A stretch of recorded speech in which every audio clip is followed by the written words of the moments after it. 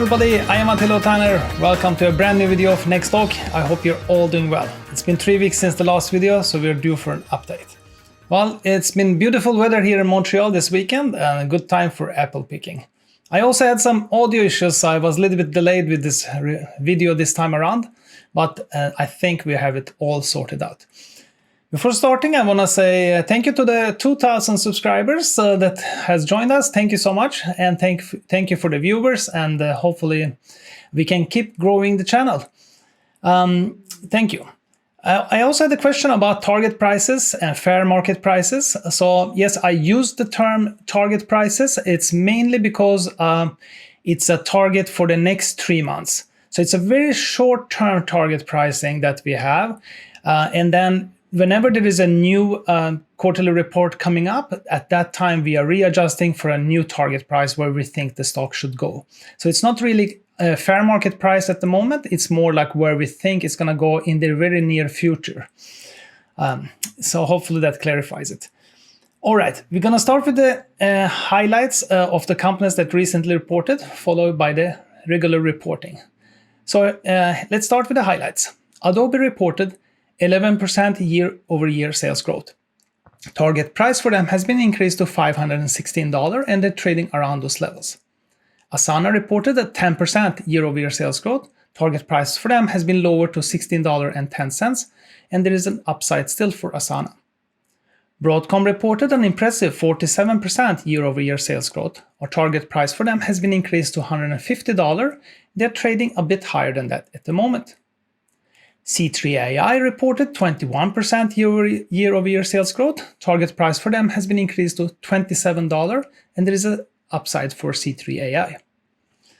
All right, some other companies that recently reported. Docusign reported a 7% year-over-year sales growth. Target price for them has been lowered to $53, and they're trading a bit higher than that. NIO reported an impressive 98% year-over-year sales growth, so target price has been increased to $8.20, and there is an upside for NIO. Oracle reported a 7% year-over-year sales growth.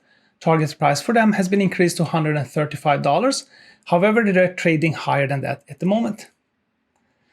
Also, a Canadian company, Alimentation, reported a 22% year-over-year sales growth. Target price for them has been increased to $92 Canadian, so there's an upside for them. All the other prices is in US dollar. This is the only one in the Canadian pricing.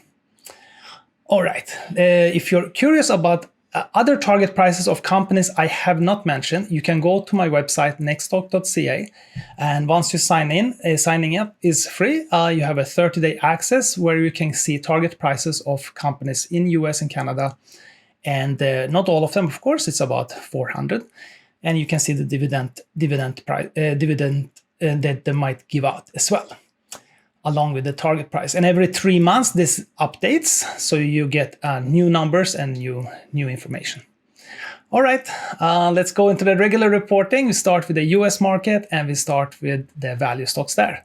Top 3 at the moment are JP Morgan, ExxonMobil, and Bank of America. What they have in common is that they are big market cap companies with low priced earnings. These kind of companies can give you a stability in your portfolio. Dividends can be also interesting to consider in your portfolio if you want cash back.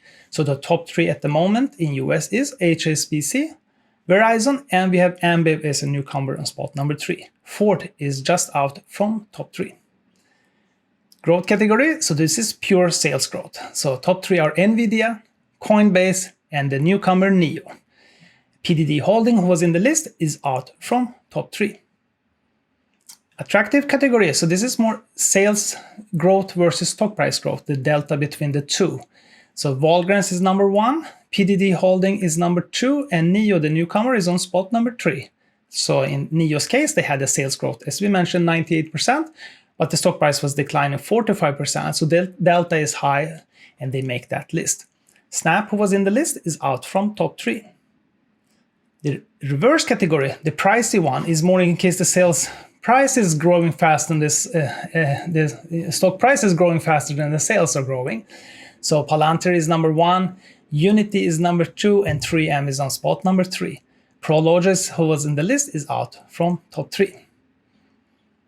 All right, that's the US market. Let's dive into the Canadian market, and we start with the value stocks there. Top 3 are Royal Bank, Canadian Natural Resources, and Bank of Nova Scotia. When it comes to dividend in the Canadian market, Bell, followed by Algonquin Power and Utilities, and Whitecap Resources. Algonquin Power and Utilities is a newcomer on spot number 2. Enbridge was in the list, is out from top 3. Growth category in the Canadian market, Lundin Mining is the new number 1, 90% year-over-year sales growth. Baytex Energy drops down to spot number 2, and Newmont is on spot number 3. Pan American Silver, who was in the list, is out from top 3. The attractive category in the Canadian market, Baytex Energy, followed by TELUS International, and Verizon is a newcomer on spot number 3.